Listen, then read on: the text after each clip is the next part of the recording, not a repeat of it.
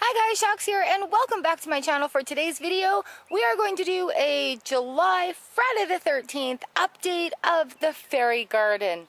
Ooh, that'd be a good day for it. So let's have a look at what is new and exciting. Before anything, I just want to catch a look at these lilies because the sun is shining on them. So we have to start the tour by saying hello to Carl and Annie, the garden gnomes. They're still here at the pier. We have baby crows. So this garden here was a bust again. So I've got to find something that'll do well, a good drought plant. It gets really dry and hot. So right now they're just holding the little chakra stones in there. Having a good time, sparkly stones. Still needs to be weeded. And yeah, I just mowed the lawn, so there it is. Also, started doing quite a bit of garden crafting, so this is one of my things. We found it laying around the property, so I spray bombed it. And just adding color, that's my goal this year, is adding color around the permanent gardens. Creating, just a nice little permaculture section. Being creative. Having fun. Speaking of which, I have made some changes. As we can see here, it looks a little different in front of the fairy garden. So what I've decided to do is right off the end of the pier garden, I am building a path down in front of the trees. You just walk off the pier and come down this little path. I eventually want it to be all rocks. So I'm cutting the grass really, really low. All this stuff that I was playing around with in the winter. Yep. Designing all these. Oh, my garden craft this year. Spray painting rocks all glittery. It's my spray paint box. How cool is that? I found glitter spray paint on sale cheap. So I am playing with rainbow rocks. Yep, that's fun. So still working on the garden bed area there. That's a work in progress, or a working zone in progress. So we did clip a couple of the branches so that we can make the walkway all the way through. And I've taken a lot of the big rocks that were around the center there, and I've taken them out, and I am going to sink them and make them a walkway all the way around. So I'll show you the big rocks first. Hey! So they make a great big huge circle all the way around. This one looks like a lily pad, so I spray painted it green. I tried spray painting another project on this one, but whatever. And so it comes back full circle. This is another spray paint project I did, and I'm editing the video to that right now.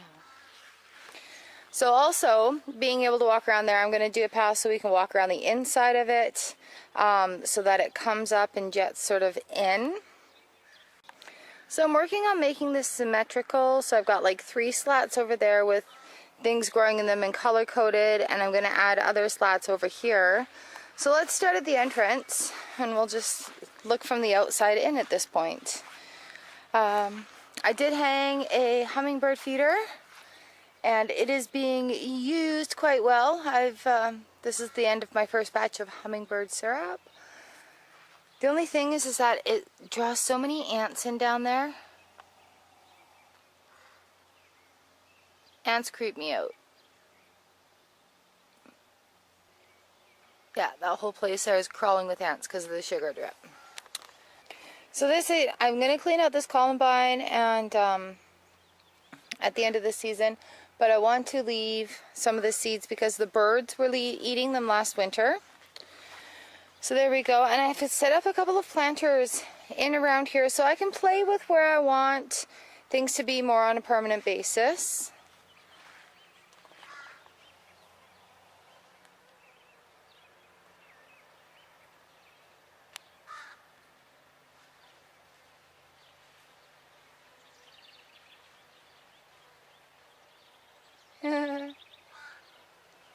That's awesome.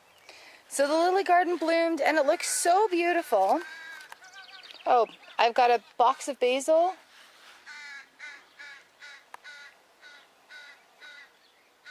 Baby crows. Don't know where yet though. I've got a box of basil. I've got a box of peas. And my peas now have flowers. So it looks like I'm going to actually get some peas out of this. The lilies are looking so beautiful. I planted these last year. They were the first things I actually planted in this garden and made any changes to. But this is the first year where I'm really going hard and doing different things. Like each of the rocks, I left the big ones around the front, and then they go around smaller, and they're about the same size all the way around. Whoops. They're about the same size all the way around in the back end now, and the bigger ones are at the front to hold it in. So in this spot here, I've planted permanent sage. JT says I'm going to have to replant it every year, and that's fine. This is the sage's spot in my garden. And I'm going to do another circle and another circle to make a triangle right here. And I'm not quite sure what I'm sticking there yet. I did plant some snapdragons in the corners there, going into the tuberous section. And I did plant some climbing morning glory here underneath that pile of sparkly rocks, but I don't know if it's going to go anywhere this year. Speaking of sparkly, I found some peacocks around the property, so I spray bombed them. There's 2 of them that hover around the base of this stump here, and I love them. They're so shiny and pretty. And like I said, it's just all about adding color this year. I want a very colorful garden. I want it to make sense, I want it to not make sense, you know? Right along the front here we've got great big huge Saskatoon bushes, and I've transplanted 2 lilac bushes, and then we're going to bring another Saskatoon and the currant, or currant and then Saskatoon, I believe is how this one's going, so that we can have a little row of edible bushes and flowers in the front yard for all the birds. Well, okay, flowers for the birds and bees, berries for us. So that'll be interesting, and give the currants a little bit more room to grow, and bring another Saskatoon into the front row here. So that'll make a nice little hedge. They'll all grow up to be the same size, not ginormous. This thing is teeming with Saskatoons this year. I think it's making up for not having any on it last year. So we have had our fill, like we've just been stuffing our faces from it. And the birds have been having a fill of it, and it's just really nice to walk in the yard, grab a handful of berries, have a munch down. It's a beautiful thing. So I'd like to be able to do that all the way along the front line. Right, so we're getting there, I've got my transplants in and we're going. It's hot, we're under a heat wave right now. So everything is looking wilty. This is the front of the fairy garden, and it's little frogs, and I spray painted this guy. That guy there. Little tubers, those are lily of the valley I transplanted. That needs to be painted. Lily of the valley, and there's tulips that come up. So I wouldn't mind getting some other tulips. I think these ones are yellow. I wouldn't mind getting like red or purple or black. I'm actually wanting to add some black kind of goth flowers to my fairy gardens, because I think they're really cool. There's a few different, like there's a really dark black petunia, there's calla lilies, there's sunflowers. Yeah, so I'm going to get started on a little kind of goth garden as well. So that's in time, like long time goals. Bush beans in the fairy garden, having a little go at it. Lots of flowers, so we're going to have beans soon. I did a little spray paint job on the green man here, and it's kind of like the green man in drag at the moment, but that's fine. I like the way it looks. It brightens it up. It's glittery. It's actually what inspired me to get the hummingbird feeder, because when I did that red tongue there, a hummingbird came up and was like, oh, is this something to eat? And I'm like, oh, please don't eat the spray paint. I don't want to kill you. So I got the hummingbird feeder and we haven't had any problems. So here I've planted nasturtiums, and finally, after a long time, they finally came up. Nasturtiums are an edible flower and they're supposed to be quite pretty. So I figured, why the hell not? So I figured, why not? We'll give it a try and see how it goes. And then because there's a yarrow in here, I did dig out in front of here so that the yarrow can kind of come out and swoop down. Been reading a lot online about it. It's really, you can use it to dry it and make a powder for bug repellent. And we have a lot of mosquitoes around here, so that's something I actually want to try. I know you can use it to help clot blood for wounds and stuff like that, but learning more about it, I wanted to have more room. I love the ferny nature of it. I love how the flowers come up, and look, there's bees on it. There's a little bit of lily in the valley and behind there, so whatever, that can just stay. But I have dug that section out so that the yarrow can swoop down. And also I planted some morning glory right there. And I wanted to see if it would climb up the tree. I've got a whole bunch of tendrils I have to pull out. Or make a little pile of itself right there. The flowers are blue and quite beautiful.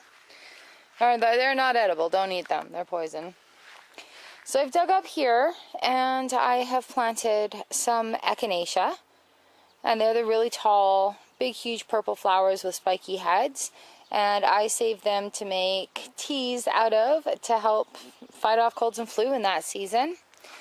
I have planted flax right here that is doing absolutely fantastic. Oh, we're getting into the afternoon. And so that grows into a nice little purpley periwinkle kind of button flower. And it looks like it can actually be grown a couple of times. I'm going to start it really early next year as well. But I want it to take over this section. I may actually make it section a little bigger.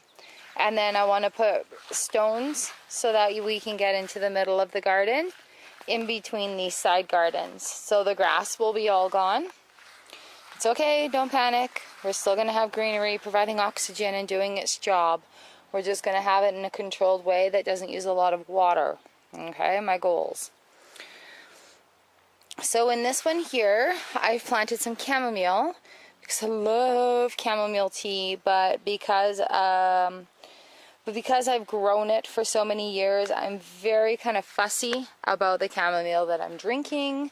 I don't like a lot of artificial like lemon flavors or citrus flavors that way. I'm just a straight up chamomile girl. Throw some pure lemon juice in there, maybe a little honey. So the scheme, and then in here is columbine, but there it is. There's those little purple flowers there are columbine, and they turn into these seed pods right here, which will reflower a lot. Look at all that. My friend gave me a columbine and a little rock piece called Peas in a Pod, and I think maybe that's where I got my inspiration from. But the statue rock is still in here, so I'm leaving this section for yarrow and columbine. It can take over. I'd love to have all different colors of columbine come in. Maybe, there we go. Love to have different colors of columbine come in. I've been keeping the vines out of this area specifically because I wanted to have its own section. So when you actually look at the garden, it'll be like purple and white. There'll be white flowers there. Those ones are light blue.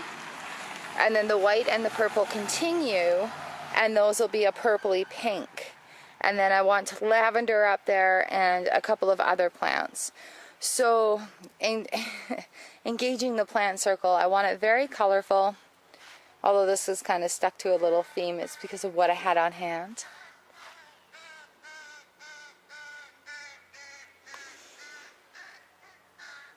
Little baby crows. I can see some flapping through the trees, but they're right up there. There was like a big storm and it took off the top of 2 trees over there.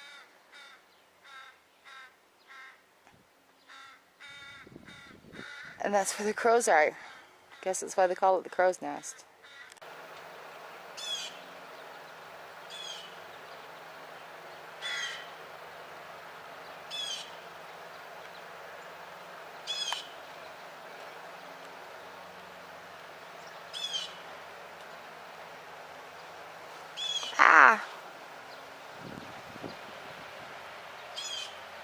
So I've learned this year also, this here in this pot is called lamb's quarter, or there's a few other names for it.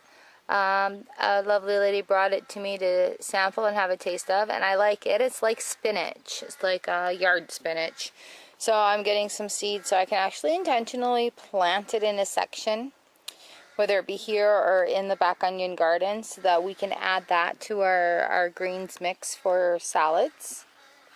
We're having heat waves off and on, and so those little ants are crawling all over that now. We're having heat waves off and on, and we have a lot of little birds that climb through, so I've been experimenting with that to see if they'll use it or not. And I rescued a frog out of it already, but I don't know if I've actually seen any birds using it. There's ants all over that hummingbird feeder, and they're stealing the sugar water. I wonder if that's why any hummingbirds haven't come today. It all makes so much more sense now. There's a water catchment up there. And you're supposed to put plain water in it so the ants don't go and steal all your sugar water like these guys were doing. There's actually ants all up in there swimming. Well, aren't you a big jerk ant? Huh.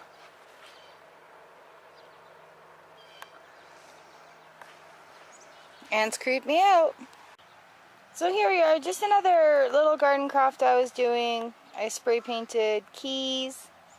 So I placed all the rocks and stuff, and I'm going to start sinking them down so that you can actually like walk on them flush. So then it'll be like a pathway around the exterior of the circle. And I've planted some more plants on that side and more plants on this side. So that's very exciting. And we're welcoming hummingbirds and all sorts of other critters. There's like a bazillion different species of birds that are frequenting the yard right now. A lot of them are just stealing berries. However, a lot of them live in the bushes right there too. It's a safe place. The fairy garden and all its changes. Alright you guys, that is it for me for now. Thank you for hanging out with me and having a look at the fairy garden. I know there has been a lot of changes. I do update this garden almost daily. On my other channel I do a little daily vlog called Celebrate the Beauty, so I'd love to have you come subscribe to me over there and check it out. It's pretty cool. Yeah, and crazy other stuff's going on there right now too. And then, yeah, so thanks so much for hanging out here with me. Please feel free to click one of these boxes hanging out around my head for a YouTube featured video of what they suggest or whatever is going on there. I'll also leave a little link to my other channel, so click that, it'll take you there, and you can subscribe and hit the notification bell so you know when the beauty moment has been celebrated. Alright, until then, I will see you next time. Bye!